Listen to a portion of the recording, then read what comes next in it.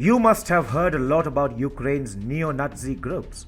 Foremost among them is the Azov Battalion, as you all know. Today, I will tell you how the Azov Battalion has for years now been training children to become soldiers and fight Russia. Hi and welcome to TFI Global, the foreign affairs and geopolitical analysis arm of the TFI Media Group.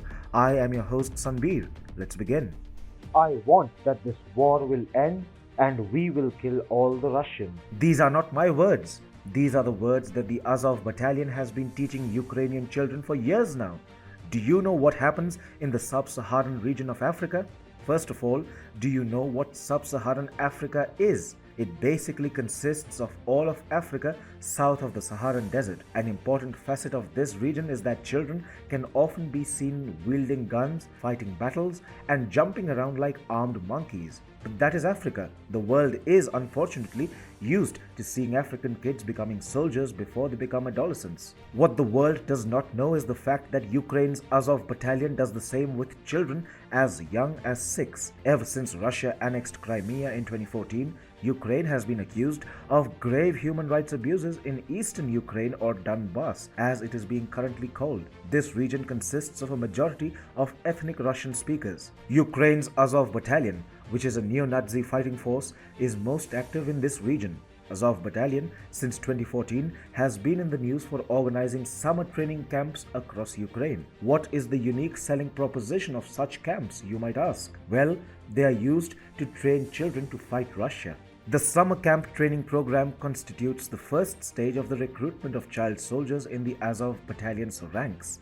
The recruitment of child soldiers implies a training program which familiarizes young children with the use of light automatic weapons. According to a 2015 article by the Kyiv Post, children are trained by Azov fighters in a range of activities like stripping down and assembling AK-47 assault rifles, target practice with air guns, tackling assault courses, and practicing combat poses and patrolling. At such camps, Azov Battalion's flag is lowered every day as children and Azov fighters together sing the chorus, "Death to the Russians." For years now, the Azov Battalion has served as Ukraine's most formidable weapon against Russia.